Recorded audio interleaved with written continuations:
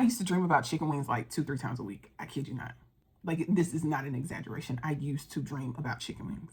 My gynecologist hasn't called me back, and I haven't called her either, because honestly, truly, I don't want to have surgery.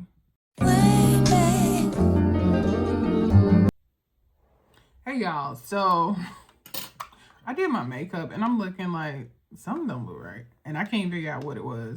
It took me like 5 minutes, and I think it's because I put on this baby lash. I am not a baby lash girl. So while I fix my lashes and put on a second layer, we're gonna talk about the update on my fibroids, because girl. All right, so where did we leave off? I think the last time I gave y'all an update on my fibroids, I had just left the gynecologist, and we went over my options, where she decided a laparoscopic myomectomy is going to be best for what I want to accomplish, because I want the fibroids gone. Well, what has happened since then? At that time, she put in a request for a vaginal MRI. Well, my wonderful insurance decided to deny it. Yay! And I'm like, y'all see what else is like going on. And y'all have seen the ultrasound. Your girl got fibroids. So when I met with my gynecologist that day in question, she was like, yeah, so you have like 6 major fibroids. I'm like, 6? I thought it was 4. She was like, no, it's 6. And I showed y'all the visual as far as what mine looked like. It was pretty much 2 oranges and like 4 cuties. Girl. So I'm gonna be honest, like, I've been really delulu about this process. Like, my mindset has been, oh, you know, I can heal my own body. I can deal with this. Like, I've normalized the pain, for one. I've normalized the bleeding, and I really shouldn't have done that, because my period was on a couple of days ago, and once again, I bled through my clothes, and I messed up some furniture. And although the furniture and the clothes can be clean it immediately. Do not let blood sit.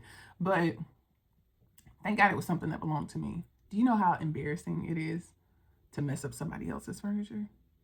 And I don't think I have, but I've messed up enough of my own furniture, like, girl. So in addition to that, if you want to find out how to get blood out of, furniture, or if you want to see, all the things I do to accommodate myself when my menstrual cycle is on, you need to watch this video. So that was June. That was in June, right? Today is July 31st, pretty much August. And I guess my gynecologist hasn't called me back since they denied my MRI, and I haven't called her either, because honestly, truly, I don't want to have surgery, but something has to be done. Now, I think a lot of women can attest to the fact that, like, when your period is on, I need these things to like really flare today. So we're going to go with 220s at our peak. Your eating can really affect your period. And for me, I know that's the case. So when I eat well, like pretty much when I'm eating vegan, I'm rolling my eyes because that's not the life I want for myself. I want to eat chicken wings. I like chicken wings. Y'all, when I first became a vegetarian in 2014, first of all, being a vegetarian back then was hard because the cheese didn't even melt. Let's be clear. And they didn't have options at fast food restaurants. Like, you had to have your stuff in order. So I did good for a couple of years. But since the day I became a vegetarian, I used to dream about chicken wings like 2-3 times a week. I kid you not. Like, this is not an exaggeration. I used to dream about chicken wings. And it just got so bad by like 2017. I was like, I'm going to become a pescatarian. So I started eating, seafood and stuff, right? So I'm eating my seafood. And then, a year or 2 after that, we're at Thanksgiving. This year we at my house. And, we made all the things. And we had a good old turkey. Oh, the turkey was delicious. How do I know? Because I decided to no longer be a pescatarian. I was like, I'm going to eat what I want to eat. Y'all, why did I do that? I should not have done that, because when I tell you the weight started piling on, and I didn't make the correlation back then, but the weight started piling on. Honestly, that probably affected the fibroids too, because Y'all, I might sound so crazy when I say this, but so over the last year or two, I at some point in COVID, my periods got extremely bad. 2023, 2024, they became kind of, I would describe it as like abnormal. And then really when 2024 rolled around, baby, it was on and popping. So I would say over the last 2 years, whenever I eat chicken, which I know I shouldn't be eating, my fibroids would get agitated. Like if I'm lying, I'm flying. My fibroids would literally get agitated. And I could say it was my uterus, but no, it was the fibroids. It was like they would cramp. But the best way that I can describe it is they would get agitated. And y'all, this is why I shouldn't be eating chicken. These lashes are so cute, but they always breaking apart. And it's, of course, it's going to break apart on the 16s, and that's what I need the most. So what would happen is when I would eat chicken, like I said, my fibroids would get agitated. Sometimes I would immediately start cramping or spotting.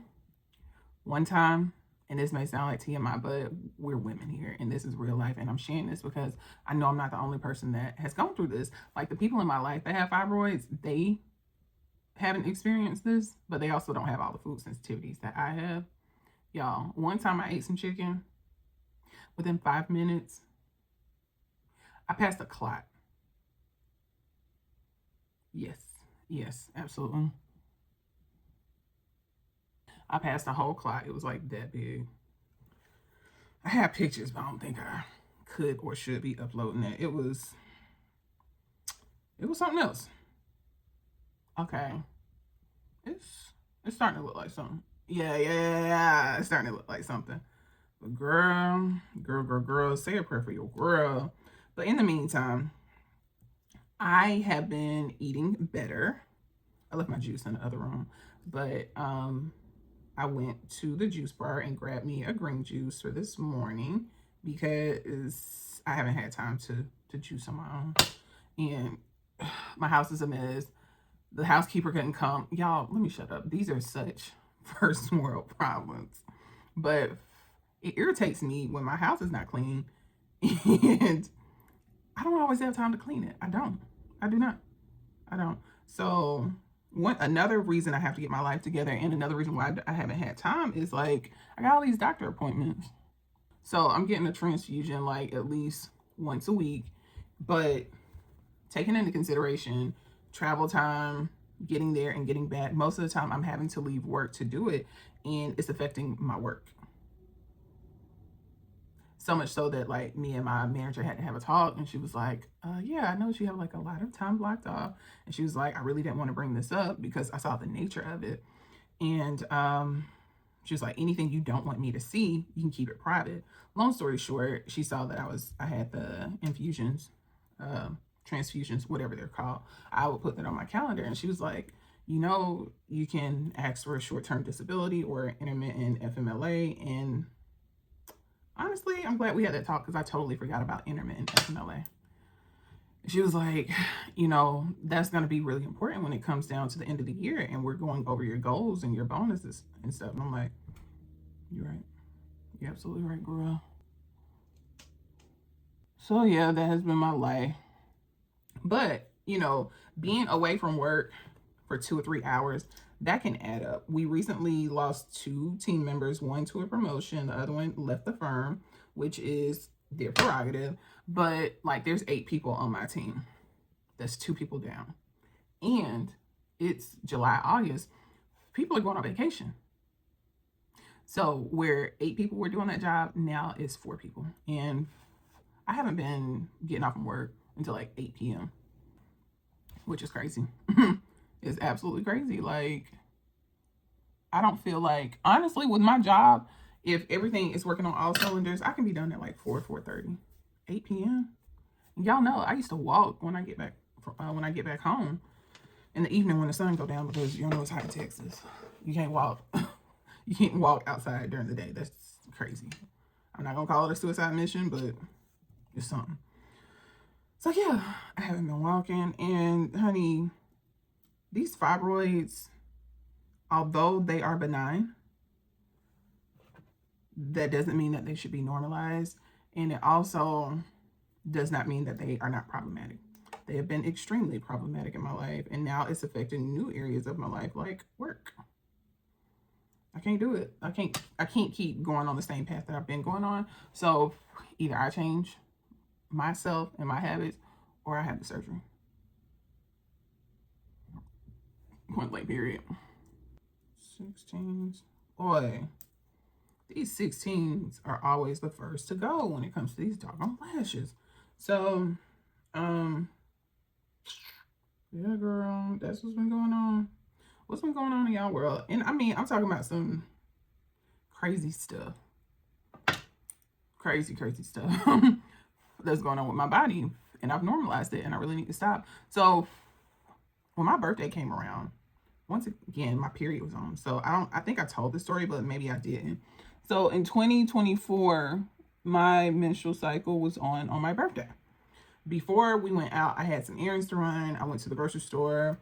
I went somewhere else. I was not gone for more than an hour. I know I wasn't, because the area I lived in, like, everything was like, like right there. I could walk there if I want to, but it was too hot. Before my period came on the day before my dinner, right? The first day of my menstrual cycle was like really like, girl, that morning it was heavy.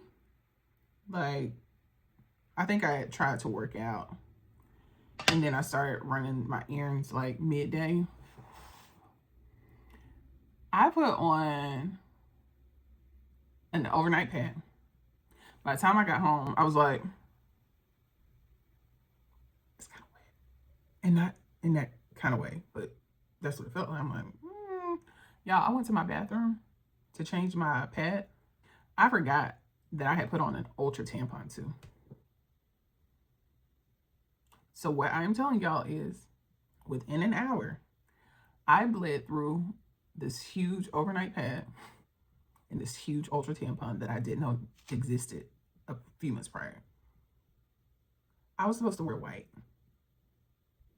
Yeah, I was supposed to wear white. So taking that into consideration, yeah, dinner is canceled. And I was embarrassed, not because of my period, but I was embarrassed because I had to reach out to my friends and cancel. I'm like, y'all, there's no birthday dinner. We got to push it out to the following week. And, you know, I had been planning this for weeks. And some of the people that were supposed to come the first time, they couldn't come. But I think it's interesting that I can't talk to you right now. So I think it's very interesting, and I don't think it's a coincidence that Fibroid Awareness Day is also called White Dress Day. Yeah. And I could not wear my white dress on my birthday. Because, baby girl, we were going to bleed straight through that mug. If my cycle couldn't handle an overnight pad and an ultra tampon, then what are we doing? And, you know, I was praying my menstrual cycle wasn't horrible this time. It was still kind of heavy, but the way it felt, it was like, when my birthday came around, it was on day 3. So it was like starting to taper off with the heaviness. But girl, even then, I'm trying to be cute. I got on this skin tight red dress, looking amazing, if I say so myself. And I'm bloated. I have on a tampon, an overnight pad, and shapewear. Praying I do not have to use the restroom when we get to this restaurant. Because, girl, oh my gosh, it's horrible. It's horrible, it's horrible, it's horrible. And I can't even say I wouldn't wish this on my worst enemy, because I actually would. I would. Why do I have to go through this? I don't want to go through this. No thanks. So I am gonna give myself 2 months. I'm gonna give myself 2 months. If a month, let me say a month of eating right, doing the right things for my body. And if things go well, I won't be reaching back out to see if my insurance can, I won't be reaching out to do an appeal on the MRI. Because that's another thing. They can't do the surgery without the MRI.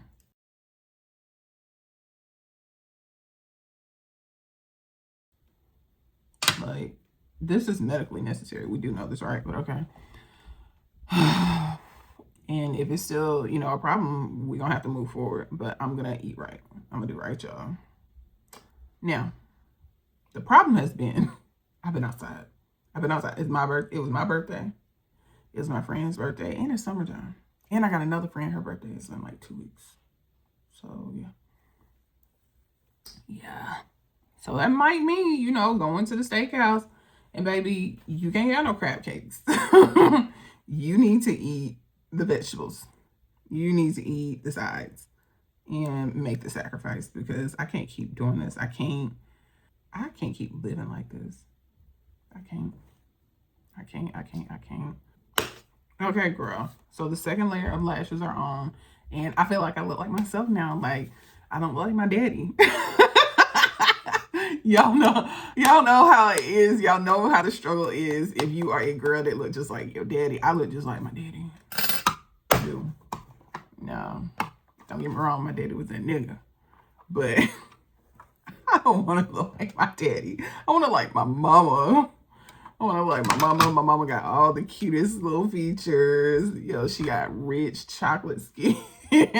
Like, the older I've gotten, I look more like my mama. But honey,